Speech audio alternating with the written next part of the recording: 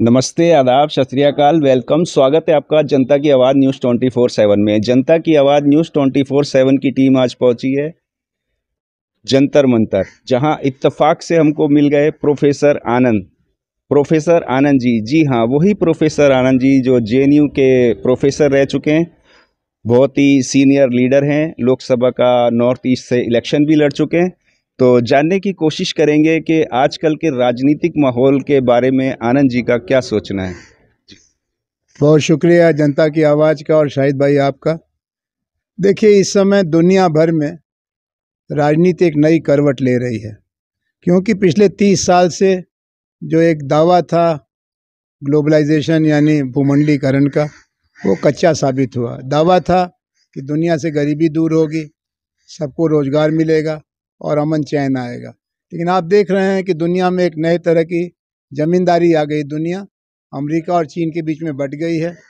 रोजगार का कोई सवाल बचा नहीं है, न अमेरिका में, यूरोप में, न भारत और नेपाल में। और अमन का तो कहना ही क्या है। कल तक लड़ाई चल रही थी रूस और यूक्रेन में, अभी अरब इजराइल का फलस्तीन में संघर्ष चल रहा है, और भारत चीन का मामला दुनिया के सामने है। तो एक नई करवट की ज़रूरत है, या एक नई करवट की बेचैनी है। इसमें भारत में चुनाव आ रहा है। चुनाव एक मौका होता है जांच का, जो हुकूमत चल रही है वो कैसी है। ये हुकूमत कई वायदों पर आई थी, उसमें था कि चाल, चरित्र, चेहरा अलग होगा। चाल इनकी वही है, बांटो और राज करो। चेहरा इनका बहुत मटमैला है, क्योंकि इन्होंने भ्रष्टाचार की एक तरह से लॉन्ड्री या सफाई करने की दुकान खोल रखी है। विरोध में आप हैं तो भ्रष्टाचारी हैं, इनके पास आ जाइए तो राज्यसभा चले जाइए, मुख्यमंत्री तक बन जाइए।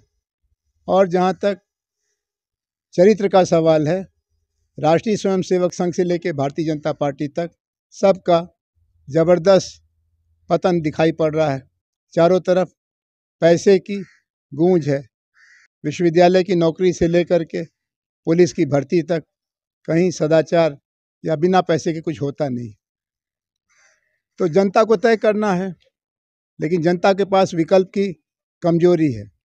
जो विकल्प बनाया जा रहा है कांग्रेस के अगुवाई में, उसमें कांग्रेस का जो प्रयास है वो तो गंभीर है, लेकिन कांग्रेस का अपना इतिहास, ताज़ा हुकूमत, ताज़ा कानून, ये बहुत यकीन दिलाने वाले नहीं, जब तक कि कोई नया एजेंडा ना आ जाए।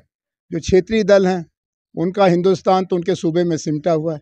जहाँ उनकी वोट नहीं, उनको मदद नहीं, उनकी दुकान खाली है, वहाँ के बारे में उनकी कोई दिलचस्पी नहीं, चाहे वो मणिपुर हो, चाहे कश्मीर हो, चाहे छत्तीसगढ़ हो। तो एक अजीब पेशोपेश का हाल है। अब देखिए, चुनाव का अभी कोई 15 दिनों में ऐलान होगा। रमज़ान का महीना शुरू हो गया है, लोग सियासत की चर्चा कम करेंगे। अभी राम मंदिर का महीने 2 महीने तक हल्ला था, अब बनारस के ज्ञानवापी की बात चल रही है, मथुरा के कृष्ण मंदिर की ईदगाह की बात चल रही है। यानी सियासत में सियासी सवालों को छोड़ करके बाकी सभी सवालों का इस समय डंका बज रहा है। हमें उम्मीद है कि जैसे ही चुनाव का ऐलान होगा, लोग राजनीति की बात करेंगे। राजनीति यानी हुकूमत किसके हाथ में है। पिछली हुकूमत अगर ठीक है तो उसी को वोट मिलना चाहिए, अगर वो ठीक नहीं है तो उसको बदलना चाहिए। बदलने के बाद किसको लाना चाहिए, ये भी सोचना होगा। मैं समझता हूँ कि ये बहुत दिलचस्प मोड़ आ गया है, जिसमें आम आदमी औरत की आवाज़ का एक नया वजन, एक नई गूंज होगी। आनंद जी, एक सवाल मेरा और है कि जनता अब क्या करे, किन चीज़ों का ख्याल रखे, किसको वोट करे, क्योंकि वोट करने के बाद कोई पार्टी बदल देता है, कोई किसी को वोट करता है प्रत्याशी को देख के तो वो पार्टी बदल देता है, कोई पार्टी देख के वोट करता है तो वो भी कहीं ना कहीं खरीद फरोख्त हो जाती है या कुछ चेंजिंग हो जाती है। तो जनता बड़ी पशोपेश में है कि उसको इस माहौल में क्या करना चाहिए, क्या देखकर वोट करे जनता। ये आपने बहुत तकलीफ वाला सवाल उठाया है। जनता के सामने अगर कोई समस्या है तो उसके समाधान की दावेदारी करने वाले राजनीतिक दल होते हैं, लेकिन राजनीतिक दलों का, जैसा आपने जिक्र किया, कि कोई भरोसा नहीं बचा। कल वो खिलाफ हैं, आज वो साथ हैं। अभी तेलुगु देशम के नेता चंद्रबाबू नायडू ने ऐलान किया है कि वो भारतीय जनता पार्टी के साथ मिल के चुनाव लड़ेंगे। और अभी वही चंद्रबाबू नायडू जी 1.5 महीने इसी सरकार द्वारा भ्रष्टाचार के आरोप में जेल में रखे गए थे। महाराष्ट्र में शिवसेना ने मिल के सरकार बनाई थी, फिर शिवसेना बीच से टूट गई।